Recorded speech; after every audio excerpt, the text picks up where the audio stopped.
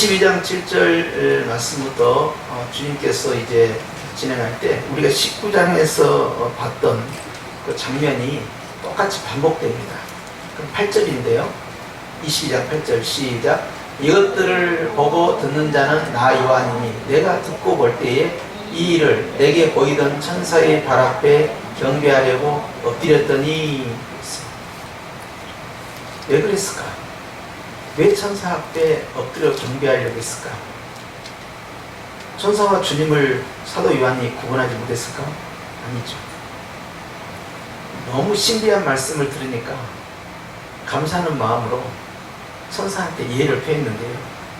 19장에서 어떤 일이 벌어졌습니까?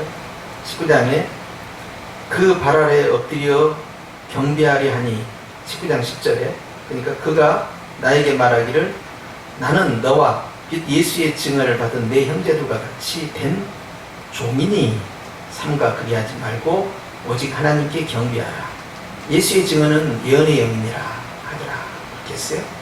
그런데 여기에 보니까 22장 9절 말씀에도 동일하게 나타납니다. 시작. 그가 내게 말하기를 나는 너와 내 형제 선자들과 이 두루마기 말을 지키는 자들과 함께 된 종이니 그리하지 말고 하나님께 경배하라 하더라고 했어요. 19장 10절에는 너와 예수의 증언을 받은 내 형제들과 같이 된 종이다 이렇게 했는데 오늘 이 22장에서는 너와 네 형제 선지자들과 바뀌었죠? 네 형제 선자들 그 다음에 이 두루마기의 말을 지키는 자들 이렇게 바뀌었어요. 그래서 19장에서는 예수의 증언을 받은 네 형제들 이렇게 했는데 여기는 형제 선지자들 두루마리의 말을 지키는 자들 이렇게 달라졌죠. 그래서 더 확산이 된 겁니다. 19장에 있었던 예수의 복음을 증거하는 자들 그 다음에 22장에 가서는 예수 그리스도의 복음을 증거할 뿐만 아니라 그 말을 지키는 자들과 함께 된 자입니다. 함으로써 나나 사도들이나 나나 전도자들이나 나나 모든 성도들이나 하나님 앞에서 다 똑같은 종이다 라고 함으로써 천사의 자기의 포지션을 끌어내린 거예요. 그렇죠? 사도와 동격으로 묶는 게 아니라 전도자들과 동격으로 묶는 게 아니라 선자들과 동격으로 묶는 것이 아니라 이 두루마기의 말씀 계시의 말씀을 듣고 지키는 자들과 동격으로 모든 성도들과 똑같이 너나 피장파장이야 우리는 다 하나님의 종이야 끌어내린 거예요. 천사가 갈수록 겸손해지고 있어요. 이게 중요한 거예요. 진짜 천사는 저렇게 자신을 자꾸 내립니다. 가짜 천사는 올라가죠. 그래서 내게 경배해라. 그러면 내가 천하 만국의 영광을 다 너에게 주겠다 하고 예수님을 유혹을 한 거죠. 예수님께서는 그 사건을 통해서 장차 세상의 부귀영화 앞에서 그것을 주고자 하는 자에게 경배하지 말라는 거예요. 내가 이겼으니 너희들도 이긴다. 내가 이렇게 했으니 너희들도 그렇게 하라. 그 뜻이에요. 그런데 계시록 13장에 가서는 짐승의 표를 딱 받음으로써 매매를 할 수 있는 비즈니스 라이센스를 딱 받은 거예요. 이것이 없으면 경제활동을 못하고 사업을 할 수 없어요. 뿐만 아니라 생명을 보장하지 않고 죽여버립니다. 그 수가 몇이든 다 죽이니라. 근데 우상에게 절을 하고 짐승의 표를 받은 자에게는 생명도 지켜주고 그리고 사업도 할 수 있도록 해서 물물 교환도 하고요 비즈니스를 진행해서 먹고 살게끔 경제권을 보호해 주겠다는 거예요. 그러니 사람들 판단할 때 머리가 돌 거 아닙니까? 야, 이거 괜히 말이야. 세계를 다스리는 최고의 통치자가 이거 하자는데 괜히 이거 내가 안 할 거 뭐 있어? 눈 한번 찔끔 감고 이거 하면 야, 내가 사업도 잘 되고 경제활동뿐만 아니라 우리 가족들 목숨 다 사는데 좀 살지. 그렇게 다 미혹되다. 종교가 딱 두 개예요. 예수님을 믿는 신부된 교회와 예수님을 배반한 음녀 교회로 짝짝해집니다. 그리고 사람들은 다 그래요. 이 음녀 교회는요, 그것은 딱 하나의 종교밖에 없어요. 이슬람이나 불교나 힌두교나 뭐 그런 거 없어요. 유대교는 없어요. 딱 하나예요. 그 뭐냐, 짐승교. 딱 하나. 전 세계를 다스리는 창조의 이래 가장 강력한 통치권자. 그래서 적그리스도와 그리스도로 완전히 나눠지게 되고요. 완전히 악령과 성령으로 갈라지게 돼요. 그래서 거짓 선자와 참 선자가 완전히 나눠지죠. 이게 나눠지는데 저를 자꾸 받고 싶어요. 우리도 어떨 때는 우리가 예수님이 우리를 많이 칭찬해 주시잖아요. 그런데 나도 모르는 사이에 칭찬받고 싶은 그 욕구가 자꾸 많이 올라가고 사람들로부터 인정받고 대한 욕구가 지나치게 많이 올라가면요, 한 번씩 눌러줘야 됩니다. 만약 이것이 통제가 안 되잖아요. 그러면은 나도 모르는 사이에 그 칭찬을 받기 위해서 오버액션을 하게 되고요, 자랑을 하게 돼요. 그리고 남들이 알아주기를 원하고 착한 일, 선행을 자꾸 언론이나 방송에 공표가 돼서 다른 사람들 앞에 회자되기를 원하는 거예요. 주님은 뭐라고 말씀하셨어요? 너희의 착한 일이 나팔을 불게 되면 하늘에 사는 거 있다 없다? 없다는 거예요.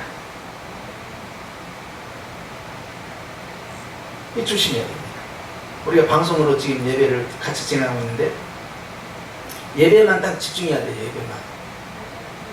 그런데 갑자기 카메라가 이쪽에 있는 카메라가 휙 돌더니 갑자기 신랑님한테 촥 크로즈업을 하고 박찬호야 크로즈업을 하고 여러분한테 촥 비치는 거야.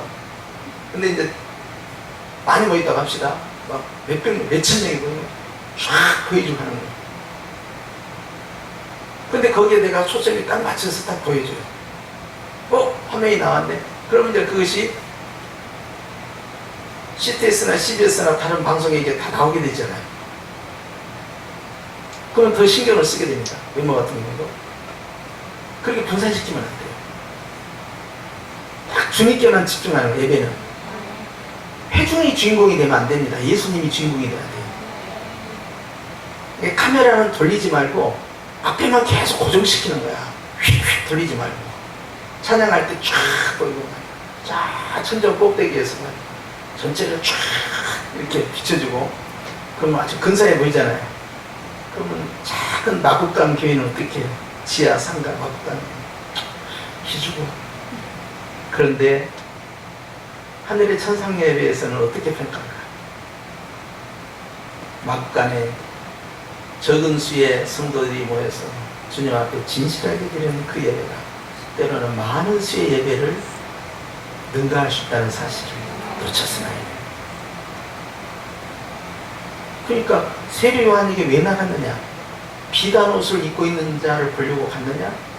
인테리어 잘 돼 있고 시스템 잘 돼 있고 근사하고 우리 유튜브들 하는데 난 어떻게 해주고 있는데 아니 저 밑에다 뭐 자막 좀 넣을 수 있냐? 글씨 좀 넣을 수 있느냐? 그러니까 또 뭐 좀 기다려 보라 그러고 또 절차가 있고 프로그램을 깔아야 되고 그러니까 아니 좀 더 이번 주에는 어떻게 해보겠다 그러고 그럼 해주면 좋고. 그런데 이제 큰 게 같으면 저걸 아주 능수능란하게 막 하는 거죠. 그냥 자막도 그냥 확 그냥 빼내고 말이죠. 그런데 이러면 그것도 본질이 아닙니다. 바람 쐬러 나왔느냐? 흔들리는 갈대로 전원교회. 우리 교회 주변은 나무도 좋고 풍경도 좋고 배경도 좋고 이렇게 우리 교회 주변은 예뻐. 그럼 뭐하러 왔느냐? 선지자를 보러 왔더라. 옳도다. 세례요한에 대해서 말씀하십니다. 주님은 항상 마음의 중심을 보십니다. 그게 무서운 겁니다. 여러분, 바리새인들이요, 예수님 오기 전까지 이 외식하는 바리새인들이요, 화 있을지도 이 독사의 자식들, 그런 말을 들어봤을까요? 안 들어봤을까요? 그 전에, 예수님 오기 전에 감히 유대 사회에서 바리새인들에게, 바리새인들은요 말라기 선지자부터 예수님 오시기 전까지 중간기 400년 동안에요 헬라 제국으로부터 엄청난 핍박을 받고요, 특히 에피파네스, 안티오쿠스 에피파네스에 의해서 엄청난 핍박을 받습니다. 그리고 신성 모독을 엄청 당해요. 자기가 와가지고 돼지고기 제사 빡쟁이 심지어 성전 안에 들어와서 돼지고기 제사 어떻게 지냐, 가지만, 그리고는 내가 바로 하나님이다, 막 이렇게 선포합니다. 이런 말도 안 되는 상황 속에서 성전이 완전히 신성모독을 당하면서 예배가 훼손이 됐어요. 그러고 나서 그 헬라의 제국에서 끝나는 것이 아니라 로마의 제국까지 이어져갑니다. 그럴 때 유대인들 가운데서 민족주의자들이요, 시오니즘이요, 일어나서 우리가 무장 저항을 해야 된다 해가지고 싸움이 시작돼요. 근데 그 가운데서 중요한 분파가 나옵니다. 민족성을, 정체성을 유지하면서 독립적 애국운동을 진행하고 교리적인 것들을, 장로들의 교리, 유대교의 율법을 지키게 하는 일에 열심을 부은 세력들이 형성되기 시작해요. 그 전에는 없었는데. 여러 분파 가운데 가장 강력한 대중적 분파를 형성한 세력이 바로 바리새파예요. 이 바리새파라는 것은 지금 생각하면 외식의 상징이지만 당시에는 그게 아니었어요. 예수님이 지적하시기 전까지는요, 바리새인 그러면 애국하는 자, 이 사람들은 나라를 사랑하는 자, 그리고 모세의 율법을 중히 여기는 자, 이런 마인드로 들어와 있었단 말이에요. 사람들 이미지 속에, 사회적 이미지가. 근데 주님이 딱 바리새인들을 보시더니 외식하는 자요, 이렇게 시작합니다. 이 독사의 자식들아, 이렇게 하는 겁니다. 당시 사회에서 이게 어떻게 되겠어요? 와, 감히 절대 다수를 점유하고 있는 바리새파예요. 심지어는 사두개파도 공격한 거예요. 사두개파는 귀족 그룹들입니다. 거기는 제사장 무리가 들어있고요, 서기관 무리가 들어있어요. 종교 리더들이 들어있는, 거기도 막 공격합니다. 놀라는 거죠. 사람들 보기에는 바리새파는 정말 열심히 예배 드리고, 열심히 경건히 살고, 열심히 하나님 말씀 암송하고, 열심히 나라를 지키겠다라는 그런 사람으로 인식하고 있을 때 주님이 확 쳐버린 거예요. 왜 그랬을까요? 사람이 보지 못하는 것을 주님은 그 안에 있는 마음을 다 보신 거예요.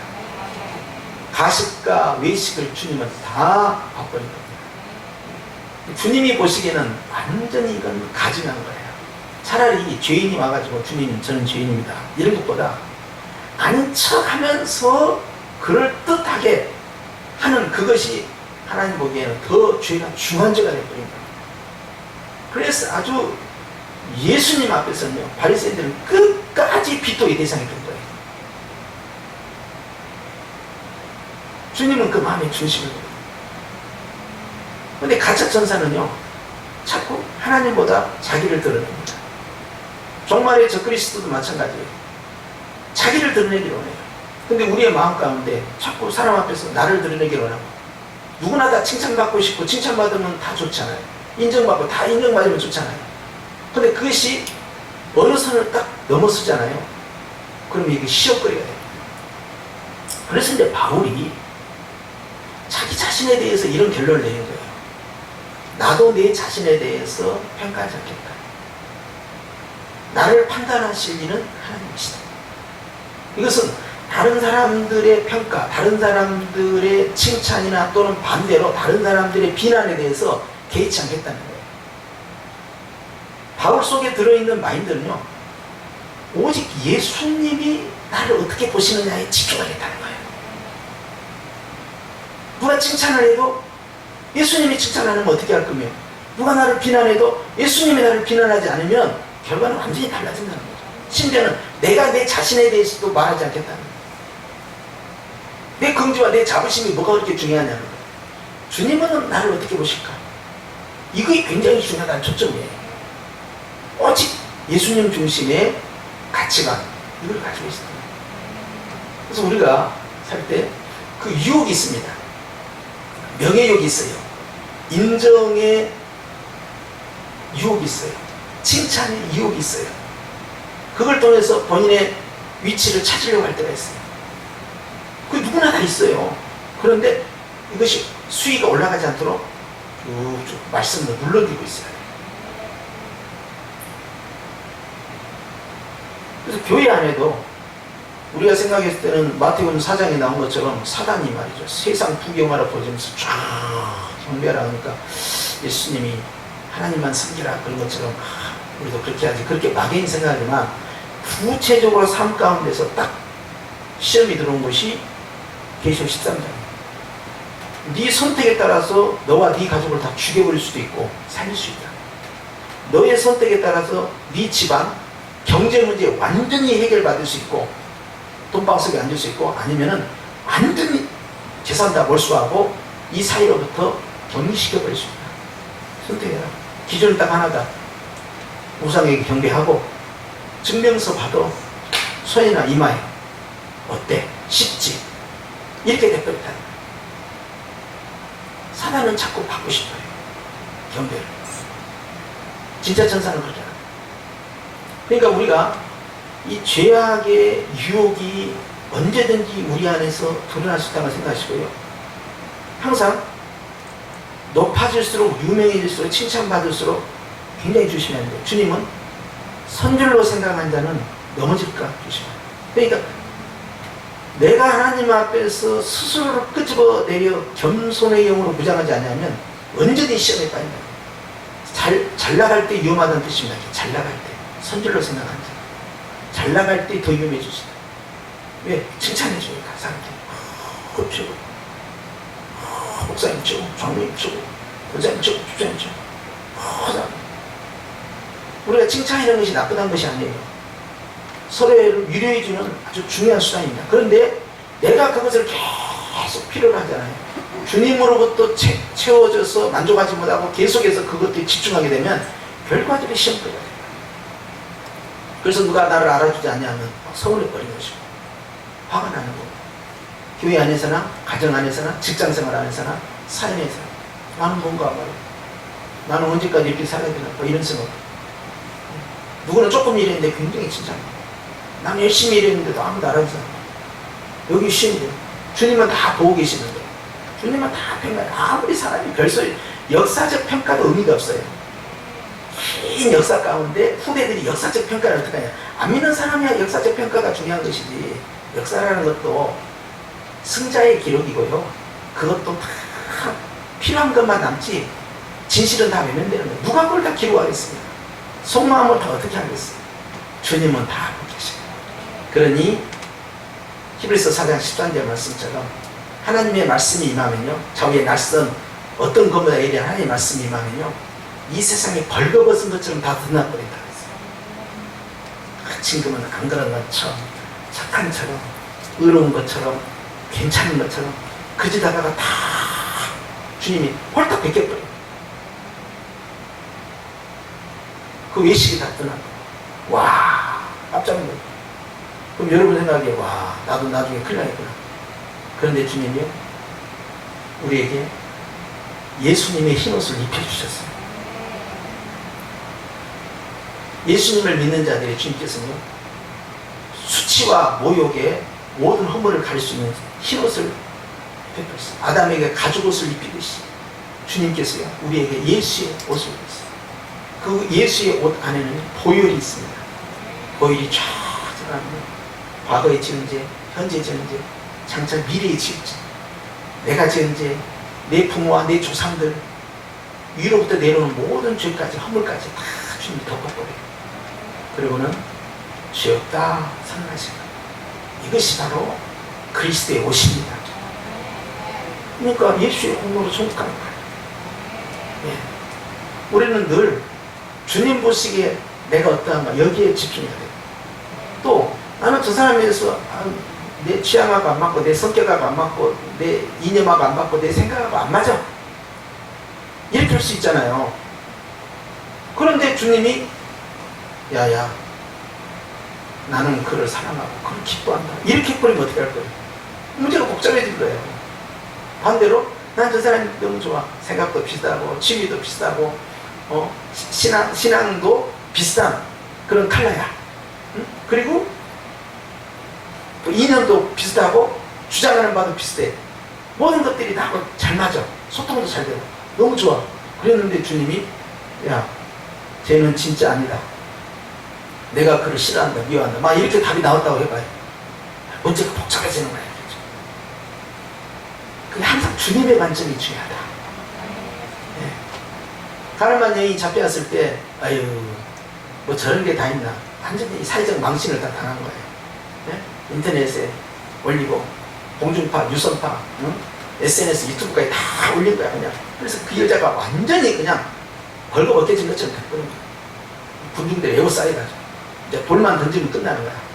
댓글에 돌을 들어서 막 한 번 때리면 끝난 상황인데 주님이 던져라.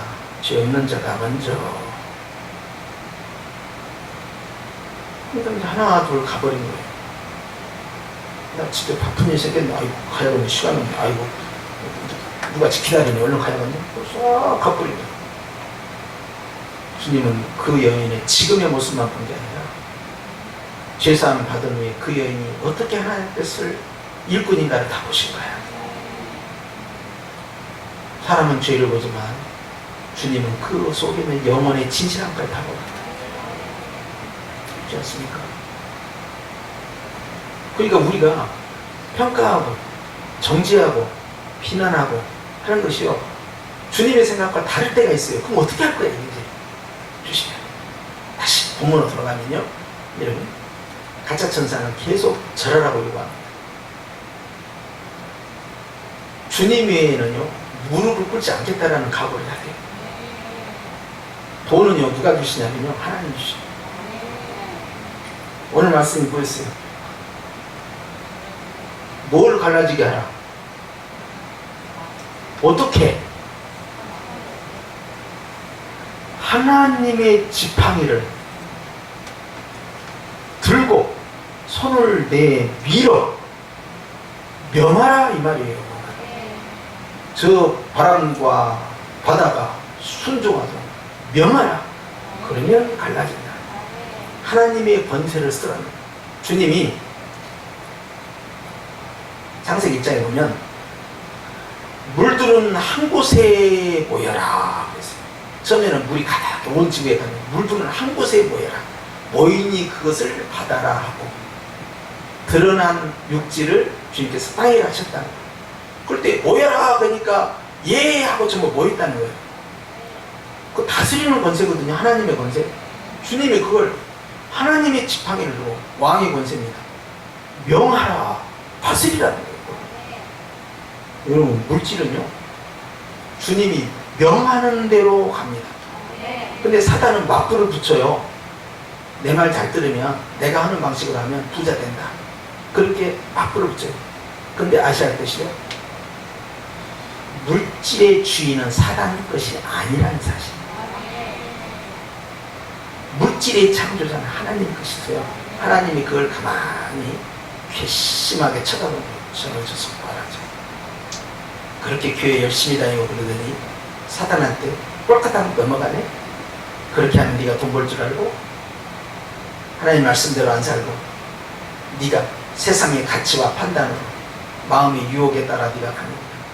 아, 네가 첫 마음이 변했구나. 주님 보고 계시네. 그렇게 해서 일시적으로 돈을 벌 수가 있어. 일시적으로 성공할 수가 있는 것 같아. 그때가 폭풍 전야야. 무서운 거야. 내가 하나님 뜻대로 안 하고 대충 신앙생활 하는데 아무 일도 없어. 대충 기도도 안 하고 뭐 예배도 등하냐고 뭐 주님을 사랑하는 마음도 이제 미지근해지고 그래지고 막 그렇게 하는데도 그렇게 나도 뭐 별탈 없고 뭐 가정에도 별탈 없고 사업에도 별탈 없고 주변에도 별탈이 없어. 그냥 그때가 두려운 거야. 야, 큰 것이 오겠구나. 야, 한 방에 훅 가겠다. 오히려 뭐 하려고 할 때, 뭐 하려고 할 때, 이렇게 신호가 와줘야 되는데, 보고 계시는 거예요. 근데 이상하게 그렇게 해도 잘 돼. 그렇게 해도 또 잘 돼. 그렇게 해도 또 잘 돼. 다음 때는 한 달에 한 번만 더 해가야지. 바쁘니까 또 잘 돼. 출장 간다고 그렇게 될 거야. 또 잘 돼. 이제 코로나가 아니라고 합시다. 아니 가서 내가 외국에 나가서 인터넷에 예배드린다면 괜찮겠지? 헌금을 보내줘야지. 머리를 쓰기 시작한 거야. 자기를 이해를 시키고 합리화를 시키고 마음은 자꾸 식어가고 간절함도 없어져. 사모하는 마음도 없어. 혼의 기쁨도 없어. 근데 나만 알아. 남들은 전혀 몰라. 눈치를 보지. 말 필요 없으니까. 주님 얼마나 슬퍼하시겠어. 다시 본론으로 갑니다. 나는 너와 네 형제 선지자들 그리고 이 두루마리의 말을 지키는 자들과 함께 된 줄. 말씀을 듣고 지게 행하는 자가 얼마나 복이에요. 순종하는 자예요. 천사의 종류는 딱 두 종류예요. 순종하는 천사, 불순종하는 천사. 우리가 불순종하는 천사를 마귀 귀신이라고 하는 겁니다. 그 우두머리를 무시파라고 하는 거예요. 얘들은 말 안 들어요. 그러니까 예수님 만났을 때도 나와 당신이 무슨 상관이 있습니까? 나와 당신이 무슨 상관이 있습니까? 하나님의 아들이시여. 하나님의 아들이시여. 나와 당신이 무슨 상관이 있습니까? 하나님 아들이라고 하면서도 나와 당신이 무슨 상관이 있나이까? 천사들도 하나님 앞에 벌벌 떨어요. 벌벌 떨면서 나와 무슨 상관이 있나이까? 상관이 없다는 거예요. 순종해 한 게 아니라는 거예요. 내가 왜 지시대로 살아야 됩니까? 왜 그래야 되는데요? 무서우면서도 자기 왕은 따로 있거든. 순종 안 합니다. 그런데 계시록 13장 8절에 어떻게 돼 있어요? 창세로부터 하나님의 생명책에 그 이름이 기록되지 아니한 자는 우상에게 절하더라. 창세로부터 생명책에 기록된 자는 우상에게 절할 필요도 없고 표를 받을 필요도 없다는 것이죠. 이것이 중요한 겁니다. 내가 우상에게 절을 안 하는 것이 중요한 것이 아니라 내 이름이 하늘에 기록된 것이 중요하다니까요. 내가 죄를 안 짓는 것이 중요한 것보다도요, 그보다 더 중요한 것이 있어요. 내가 예수님을 나의 구주, 나의 하나님으로 믿고 예수님의 족보에 들어가는 것이 중요하다니까요. 이게 더 중요한 거예요. 이걸 놓치면 절대 안 된다는 거예요. 할렐루야. 그러면서 마지막 천상의 예배가 이제 22장에서 마무리되어 가는데요. 마지막 천상의 예배의 장면은 철저히 주님만을 높인다. 우리의 예배의 방향성이 항상 그거예요. 사람을 높이는 예배 하지 말아요. 사람 칭찬하는 거에 포커스 맞지 말아요. 그렇죠? 계속해서 주님에게만 집중할 수 있도록 예배의 방향이 그리 가져야 돼요. 이제 지금은 이제 성가대 안 하지만 성가대도 조심해요. 주목받으면 안 돼요. 주목받으면.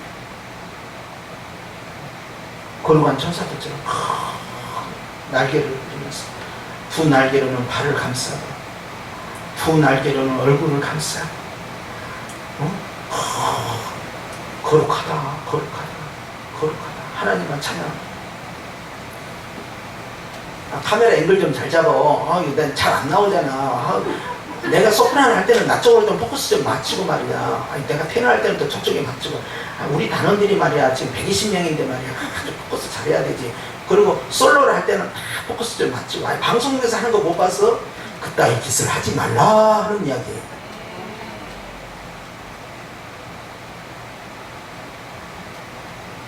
근데 대부분 그렇게 해요. 교회들이 잡습니다. 규모가 있는 교회는 딱 잡아줘요. 솔로를 하면.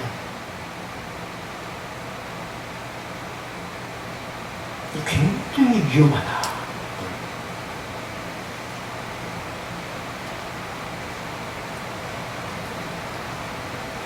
요즘은 다 마스크 쓰고 예배 드리니까 이게 좋은 것 같아.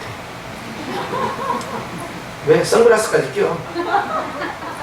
얼굴을 가려주시옵소서. 솔로를 할 때. 왜 얼굴에다 예수님 가면을 하나 쓰든지.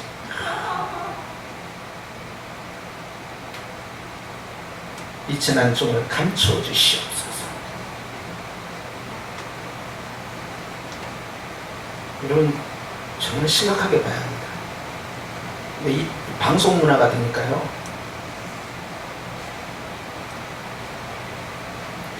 그 카메라 기사들이요, 기술적으로 장난을 쳐요. 유력한 사람에게 쫙 잡아줍니다. 쫙 잡아줍니다.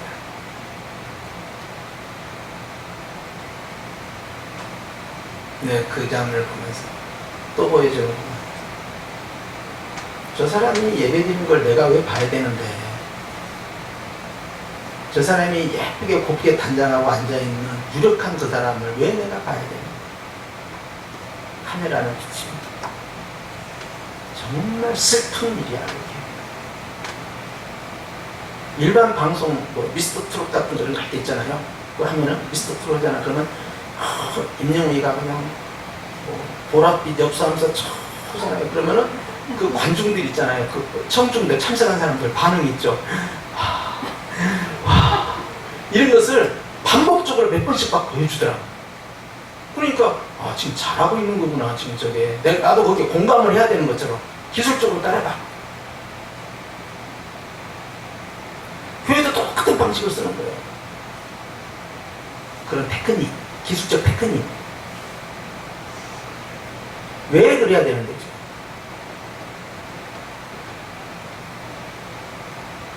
쉬워하지 말라 이 말이야. 그게 장난질하고. 정말 두렵지 않나? 하나님 앞에는 안 통해. 정말 조심하셔야 합니다. 나중에도 우리 교회가 이제 부흥해갖고 카메라가 갑자기 여러분, 그 카메라 기사 바로 잘라버려요.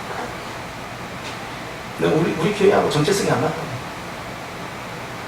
왜 그래야 되니? 여러분, 사람이 주목받으면 안 됩니다. 이렇게 설교하고 있는데 여러분들이 아멘 하는 모습을 딱 잡아. 그래가지고 딱 보내는 거야. 왜 그래야 되는데, 그걸. 그런 기술적인 쇼, 성령님에게 안 탑니다. 성령의 임재와 은혜의 충만함은요, 그런 거와 상관없이 그대로 임합니다. 쇼해가지고 방송국에 내놓으려고 그렇게 편집하고 가지간 짓거리 하지 말아야 말이에요. 근데 그렇게 하는 데가 의외로 많습니다. 그리고는 설교자가 우상입니다.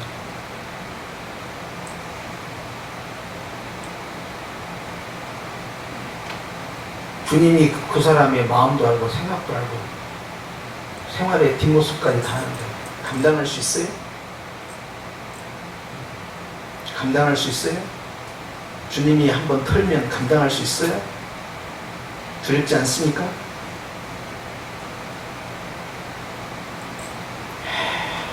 미치는 거죠. 벌벌벌 떠는 거야.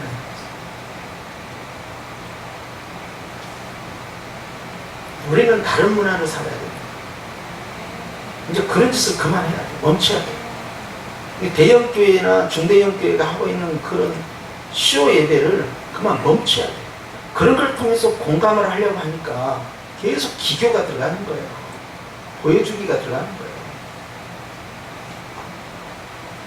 애진간이 하지, 애진간이. 두렵지 않냐, 이거.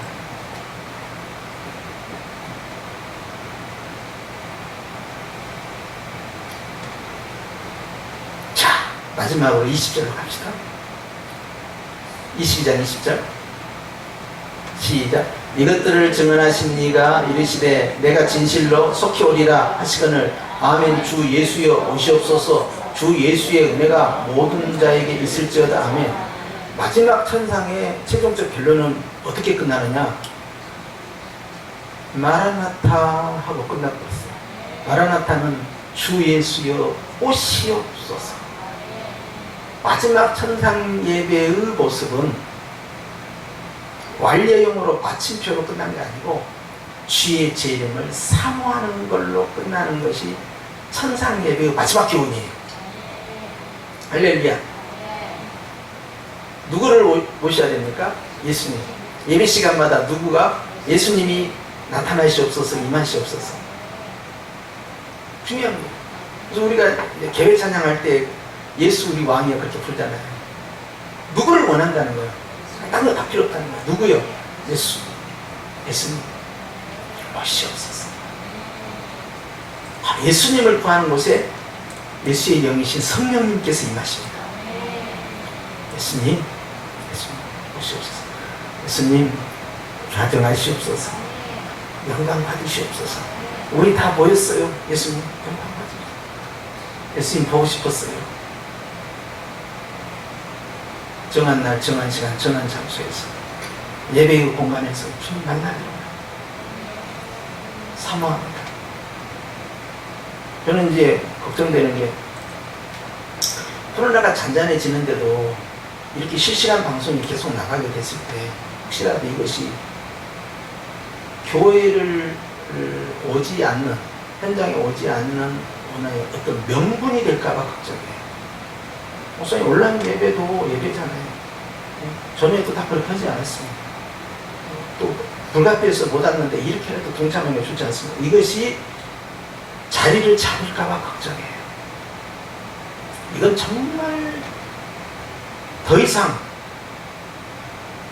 우리가 이 방법 외에는 대안이 없기 때문에 어쩔 수 없이 이 기계를 갖다 동원해서 쓰는 것뿐이죠. 이것이 일상화되면 안 됩니다. 교회는 하나님 앞에 사랑하는 성도들이 모여서 같이 드리는 거예요. 아무리 IT가 발달됐다고 해서 SNS로 네트워크 형성해서 같이 예배를 드리고 그렇게 해서 어느 곳에 있든지 화상 예배로 드리는 것이 정당하다는 쪽으로 가면요, 결국 하나님의 예배는 더 세속화됩니다. 그리고 계속 쇼만 하면 계속 나오는 거예요. 우리가 왜 집에서 예배 드릴 수 있는데 왜 옵니까?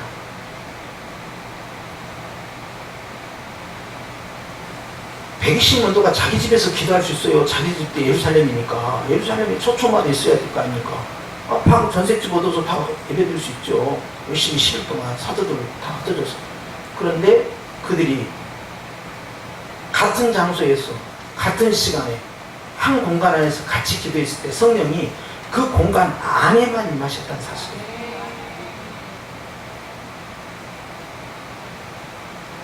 네트워크 생각하고 온라인 화상 예배가 일상화가 되고 이것이 예배의 확산을 되버리면요, 더 이상 교회는 존재할 이유가 없는 거예요.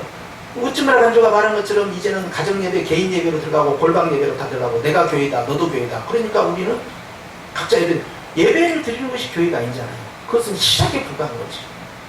근데 교회 공동체는 철저히 깨질 거예요. 왜 모이는 것을 피하지 말라고 했겠어요? 무슨 온라인으로 모이면 되지 않습니까? 그 시간에 했어요. 어느 정도의 집중력과 어느 정도의 사모함이 들어갈 것 같아요. 언제까지 온라인을 화상을 하면서 서로 남녀간에 데이트할 수 있을 것 같아요? 못합니다. 결국 대면할 수밖에 없어요. 화상으로 우리 사랑합니다, 사랑합니다. 우리 지금부터 화상으로 결혼합니다, 딴 결혼했습니다. 이제 화상으로 나는 미국, 당신은 프랑스. 그러니까 서로 우리 거기서 각자에서 우리 여보, 우리 결혼했으니까 여보, 할렐루야, 굿모닝. 자, 거기는 미국 날씨는 어때? 프랑스 날씨는 어떤데? 잘 사세요. 거기 결혼이군요. 네트워크 결혼했어요, 방금.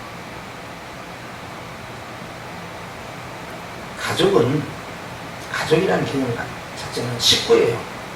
같이 먹는다는 뜻이잖아요. 같이 모이는 거예요. 하나님께서 지교회를 세우신 것은요, 이런 오늘날 같은 이 비상시국에 발생한 이 화상 예배가 결코 악용돼서는 안 된다는 것을 우리가 강조하십니다. 그렇기 때문에 모이는 곳에 힘쓰라는 이유가 여기 있는 겁니다. 당신은 스마트폰이 없고 IT 기술이 없으니까 그렇게 말씀한 거 아닙니까? 그러다가 이제 교회가 완전히 붕괴되기 시작합니다. 우리가 이 코로나가 어느 정도 내려가잖아요. 그러면 제가 저 실시간 예배를 계속 할 수도 있어요. 그러나 저것을 내가 교회 못 오는 어떤 명분을 만들어서 거기에 길들여지는 순간부터 정말 심각한 문제가 발생합니다. 신앙이 완전히 곤두박질돼요.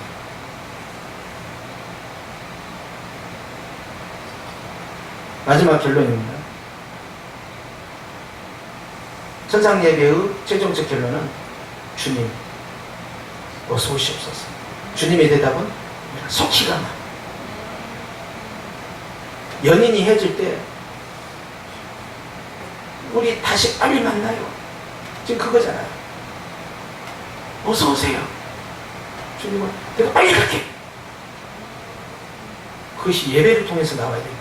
다음 예배가 기다려지고 다음 예배가 내 마음 가운데 너무 길다라고 느껴져야 돼요. 아유, 또 주일 됐네. 교회 가야 되나? 왜 이렇게 빨리 가? 아, 오늘은 몸 상태가 안 좋아서 정말 안 가고 싶은데 식었구나. 사람 뜨거웠을 때는 그보다 더 아파도 기어사라도 갔는데 야, 많이 변했네. 이렇게 사람이 바뀌는 거예요. 예배에 대한 간절함과 사모함이 점점 식어지는 거죠. 주님 빨리 만나고 싶습니다. 그래, 내가 빨리 간다. 이거죠. 우리가 영적으로 해석하면요, 얼마만큼 우리 신앙이 주님에게 집중할 수 있는 그런 환경, 많은 도전을 받고 있는가 살펴봐야 됩니다. 사단은 어떻게 해서든 세상의 환경을 통해서 우리의 마음을 흔들어내요. 여러분 해보시잖아요. 안고 싶으면 눕고 싶은 거예요. 누우면 자고 싶은 거지. 어디 기도대장 권사님 좀 이야기해봐요. 그럴 데 없어요? 서서히 밀려가는 거예요.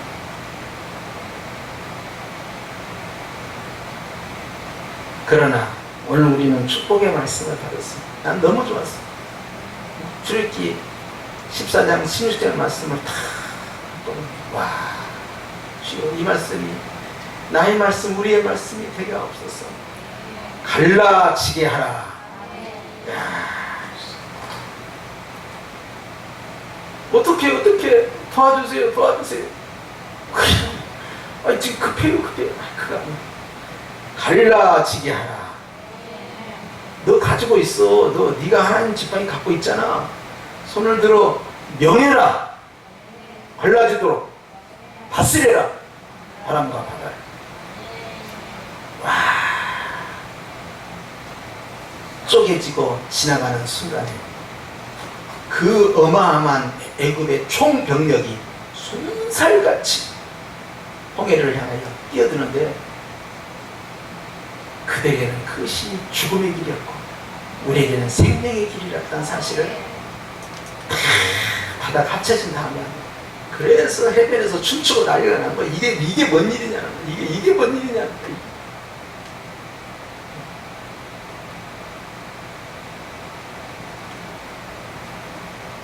홍해 바다가 이렇게 있잖아요.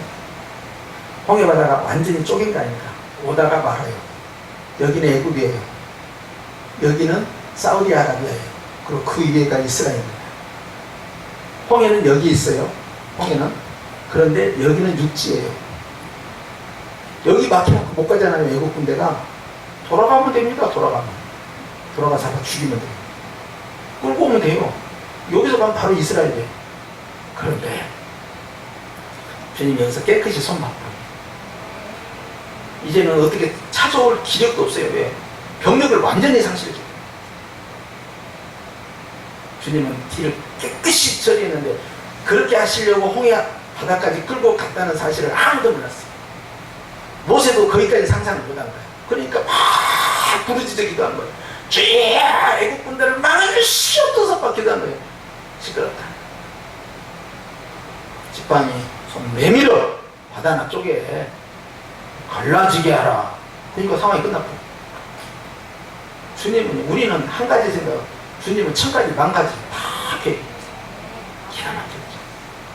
지금 힘들다고 아이고 답이 없네. 답. 당연히 나한테는 답이 없죠. 답은 저분께 있고, 해결책도 주님께 있고, 계획이 신묘 막 무한하다. 무한하다.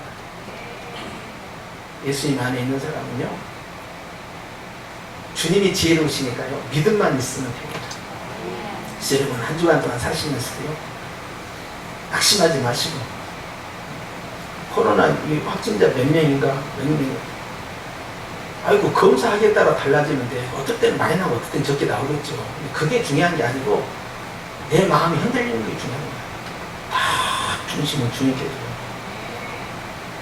그 어떤 것도 믿음으로 갈라지게 하라. 딱 무장하고 있으면 어떡도 없어요. 오늘 이 천상 예배 같이 오직 딱 한 가지에 집중해야 됩니다. 오직 예수 오시옵소서. 내가 속히 가리라. 이것이 매 예배 시간마다 적용이 되어야 됩니다. 예배에 대한 사모함, 예수님에 대한 그리움, 이것이 아주 결정판이에요. 천상 예배. 할렐루야. 그렇게 함으로써 승리하시고요. 또 우리 또 만나십시다. 기도하십시다.